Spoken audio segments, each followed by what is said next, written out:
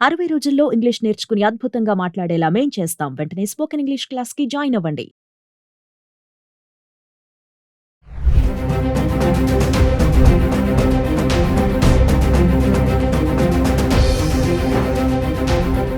Hi hello నమస్తే welcome back to Suman TV. ప్రస్తుతం మనతో పాటు ఉన్నారు రిటైర్డ్ ఐపీఎస్ ఆఫీసర్ రెడ్డన్న గారు. సార్తో మాట్లాడండి. నమస్తే సార్. నమస్కారం అండి. సార్, హంపి చూసుకుంటే ఇండియాలోనే ఒక ప్రసిద్ధిగాంచిన పుణ్యక్షేత్రం. మరి ఇప్పుడు గోవాలో మనం కొన్ని దోపిడీలు దుర్మార్గాలు చూస్తూనే ఉంటాము ఎప్పటికప్పుడే. అలాగే ఇప్పుడు హంపి కూడా తయారైపోతుందా అంటే రీసెంట్గా వచ్చినటువంటి న్యూస్ని బట్టి కూడా మనం అనుకోవచ్చు. ఒక్కసారి ఆ కేసు గురించి మాట్లాడితే సార్. ఇప్పుడు గోవా వేరేనండి. గోవాలో అది చారిత్రాత్మకమైనటువంటి ప్రదేశం కాదు. ఓన్లీ అది మామూలుగా హాలిడే సెంటర్, రిలాక్స్ అవ్వడానికి పోయేది. ముఖ్యంగా గోవాకి హంపికి తారతమ్యం చాలా ఎక్కువ ఉంది, పొంతనే లేదు. ఎందుకంటే ఇది పుణ్యక్షేత్రంతో పాటుగా విజయనగర సామ్రాజ్యాన్ని ఏలిన శ్రీకృష్ణదేవరాయలు పాలించిన మహాప్రదేశం. అదే కాకుండా చారిత్రాత్మకమైనటువంటి ప్రదేశం. అక్కడున్న శిలలు కానీ శిల్పాలు కానీ ఏండ్లకు తరబడి నుంచి అట్లే చెక్కబడ్డాయి. గొప్ప క్షేత్రం అది. సో గోవా ఏముందండి, గోవాలో సాయంత్రం అయితే పోతారా. ఇంకొకటి, గోవాలో నార్కోటిక్ డ్రగ్స్ ఎక్కువ సేవిస్తారు, డ్రింక్స్ సేవిస్తారు. అసలు గోవాకి ఎందుకు వెళ్తారా అంటే తాగడానికి అంటారు. సో తాగి తందనాలు ఆడతారు. అదే కాకుండా గోవాలో ముఖ్యంగా లోకల్స్ ఎవరైతే ఉన్నారో, ఈ రెస్టారెంట్లోళ్ళు, బార్లోళ్ళు, ఈ నార్కోటిక్స్ అమ్మేవాళ్ళు, వీళ్ళందరినీ కూడా ప్రజల్ని మోసం చేస్తున్నారు, దోపిడీ చేస్తున్నారు. అదేవిధంగా ఈ తాగిన మత్తులో మహిళలు ఉంటే వాళ్ళను రేప్ చేస్తున్నారు, డబ్బు కోసం వాళ్ళని చంపుతున్నారు. దాదాపు 10-12 ఏళ్లలో 200 పైచిలుకు మందిని చంపారనేది నిజం. అది ఇన్వెస్టిగేషన్లో కూడా తేలుతుంది. అది ఇన్వెస్టిగేషన్లో కూడా గోవా అంత పకడ్బందీగా చేరకపోవడానికి కారణం ఏమంటే, రాత్రిపూట అఫెన్సెస్ జరగడము, గోవా బీచ్లు చాలా దూరంగా ఉండటము. అదొకటే కాకుండా ఎవరైతే గోవాకి వెళ్తారో అక్కడ చనిపోయిన వాళ్ళు విదేశాలలో ఎక్కువ ఉన్నారు. అది కాకుండా వాళ్ళని ఇన్వెస్టిగేషన్ ఫాలోఅప్ చేయటం లేదు. సో దానివల్ల చాలా కేసులు వీగిపోతున్నాయి. ఇంట్రెస్టింగ్గా కూడా పోవటం లేదు, విట్నెస్ కూడా అంత ఇదిగా చెప్పటం లేదు. అందువల్ల ఇక్కడ క్రైమ్ రేట్ ఎక్కువ. ఇకపోతే హంపీలో ఎప్పుడు ఇటువంటిది జరగలేదు. హంపీలో జనరల్గా ఎవరు పోయినా కూడా, నేను కూడా మధ్యనే 6 నెలల క్రితం ఒకసారి వెళ్ళొచ్చాను. హంపి చాలా గొప్ప క్షేత్రం, చూడాల్సింది ప్రతి ఒక్కళ్ళు జీవితంలో చూడాల్సిన మహాక్షేత్రం. అదే కాకుండా శిల్పకళ, బహుశా భారతదేశంలో ఇటువంటి శిల్పకళ ఎక్కడా లేదు. అంత గొప్ప ఏకశిలా రథం, అదేవిధంగా అన్ని విగ్రహాలు కూడా చాలా గొప్పవి. ఒకే పెద్ద రాతిలో శిల్పం చెక్కడం అంటే గొప్ప విషయం. అది నడుస్తుంది ఆ రథం, అటువంటి గొప్ప రథాన్ని చెక్కారు. ఇటువంటి శిల్పకళ చాలా ఉంది. ఒకానొకప్పుడు ప్రపంచ చరిత్రలో ఈ హంపి మహానగరం రతనాలు రాసులుగా పోసి అమ్మినటువంటి గొప్ప క్షేత్రం అది. సో అక్కడ ఈ మధ్యకాలంలో అంటే నిన్న ఒక మర్డర్ జరగడము చాలా విషాదకరం. ఏమంటే అక్కడ మామూలుగా హంపి క్షేత్రంలో 6 గంటలైతే అందరినీ పోలీసు వారు కానీ, అక్కడున్న గార్డులు కానీ, లేదు మిగతా వాళ్ళు కూడా బాబు వెళ్ళిపోండి అంటూ ఉంటారు. ఎందుకంటే నైట్ లైఫ్ ఉండదు అక్కడ.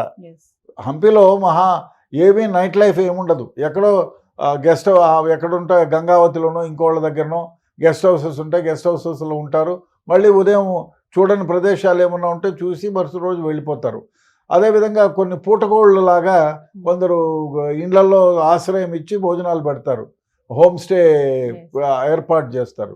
మొన్న ఏమైందంటే ఒక అమెరికన్, ఒక ఇజ్రాయిలీ ఉమెన్, ఇంకొక ఉత్తరప్రదేశ్ వాళ్ళొకరు, ఒరిస్సా వాళ్ళొకరు ఇక్కడ ఆ ఇంట్లో ఆశ్రయం పొందారు.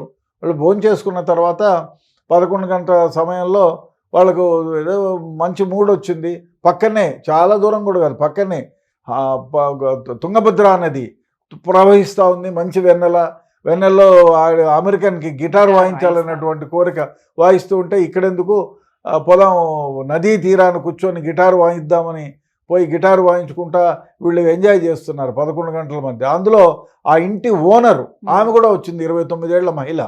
ఆమె వాళ్ళతో పాటు వచ్చి 5 మంది కూర్చొని ఈ పాటలు పాడుకుంటూ ఉంటే, అక్కడికి 4, అదే గంగావతికి సంబంధించిన 5 మంది ముద్దాయిలు వాళ్ళు వచ్చి, ముందు పెట్రోల్ పంపుకు పోయే దారి ఏదంటే ఆమె లోకల్ మహిళ చెప్తుంది ఈ విధంగా పోండి అని. వాళ్ళు పోయినట్టు తార్చాడి వెనక్కి వచ్చి వీళ్ళని కొట్టి డబ్బులు 100 రూపాయలు డబ్బులు ఇమ్మని అడిగితే ఆ డబ్బులు లేదని చెప్తే ఆ ముగ్గురు మగవాళ్ళని ఈ అమెరికన్ని, తర్వాత ఈ ఒరిస్సా అతన్ని, ఇంకొక అతన్ని గంగా నదిలోకి తోసేసి తుంగభద్ర నదిలోకి తోసేస్తారు. వీళ్ళిద్దరు అమ్మాయిల్ని తీసుకొని పక్కకి వెళ్ళి వీళ్ళు రేప్ చేస్తారు 5 మంది. సో వాళ్ళల్లో ఎవరైతే ఒరిస్సా అతను ఉన్నాడో అతను చనిపోతాడు. తర్వాత మిగతా వాళ్ళు ఇద్దరు బయటకు వస్తారు. దీన్ని మొన్న ఎఫ్ఐఆర్ కట్టారు. తర్వాత వీళ్ళల్లో 4 ముద్దాయిల పేరు కూడా గంగావతి, మల్లేషు, కేతన్, మోహన్, చన్నదాస, ఈ 4 కూడా అరెస్ట్ చేశారు. ఇంకొక ముద్దాయి ఉంది. వీళ్ళు తాగిన మత్తులో వీళ్ళ దగ్గర డెకాయిటీ చేయాలని, ఎందుకంటే వీళ్ళు ఏదో పోతూ ఉంటే పెట్రోల్ అయిపోతుందేమో బండిలో, అయిపోతే ఇక్కడ పాటలు పాడుతూ రోడ్డు పక్కనే గంగా నది, అదే మన నదీ తీరాన పాటలు పాడుతూ ఉంటే అది విని అక్కడికి వచ్చి ఇన్స్టేనియస్గా వాళ్ళని తోయడం జరిగింది. చంపాలనే ఉద్దేశం లేదు, తోశారు. ఆయనకి ఈత రాదు కాబట్టి చనిపోయి ఉండొచ్చు బహుశా. మిగతా ఇద్దరిని కూడా రేప్ చేసి బహుశా ఇది గొప్ప కేసు. ఈ మధ్యకాలంలో ఎప్పుడు కానీ ఆ గంగావతి దగ్గర కానీ లేక ఈ హంపీలో కానీ ఎప్పుడు జరగలేదు, ఏ సంఘటన జరగలేదు. ఇది మొదటిది, బహుశా ఇదే చివరిది కావచ్చు. ఎందుకంటే డెఫినెట్గా ఇటువంటి కేసుల్లో ఏమైనా మళ్ళీ పునరావృతం కాకుండా పోలీసులు గట్టి చర్యగా తీసుకుంటేనే డెఫినెట్గా, ఎందుకంటే ప్రపంచ ప్రఖ్యాతిగాంచినటువంటి క్షేత్రం ఇది. డెఫినెట్గా పోలీసులు అలర్ట్గా ఉంటారనేటువంటిది కోరుకుందాం. ఈ కేసులో కూడా ఎవరైతే ఈ 5 మంది ముద్దాయిలు ఉన్నారో వాళ్ళలో ఎవరికైనా ఒకరికి ఉరిశిక్ష రావాలి. ఇట్లాంటివి జరిగితే తప్ప మళ్ళీ ఇటువంటి పునరావృతం కాకుండా ఉంటుంది. ఇటువంటి పర్యాటక కేంద్రాన్ని మనం రక్షించిన వాళ్ళం అవుతాం. ఇతర దేశాల్లో కూడా మనకు చెడ్డ పేరు రాకుండా ఉంటుంది. అంటే సార్ ఇందులో ఒక ఆవిడ ఫారినర్ అని చెప్తున్నారు కదా, విక్టిమ్ ఉన్నారు ఆవిడ. అవును, ఫారినర్ని ఇట్లా రేప్ అటెంప్ట్ చేయడం అనేది అది కేసు ఎలా ఉంటుంది అంటారు? మామూలుగా ఇండియన్ లా అండి. మీరు ఏ దేశంలోకి మనం పోయినా, మన దేశంలోకి ఎవరైనా వచ్చినా, మన దేశంలో లా ఆఫ్ ది ల్యాండ్, అంటే ఏ దేశంలో మనం పోతామో ఆ దేశం యొక్క చట్టాన్ని మనం అతిక్రమించేదానికి లేదు. దానికి పరిబడి దాని లోపలనే మనం శిక్ష విధించడం కానీ, కేసులు ఇన్వెస్టిగేట్ చేయడం కానీ జరుగుతుంది. ఏదేమైనా అటువంటి పుణ్యక్షేత్రాలు జరగడం అనేది బ్యాడ్, చాలా చాలా ఇది. అదే కాకుండా దేశానికి చెడ్డ పేరు వస్తుందండి. అది కూడా ఇక్కడ వాళ్ళు కాదు, ఫారినర్స్. అవును. Thank you.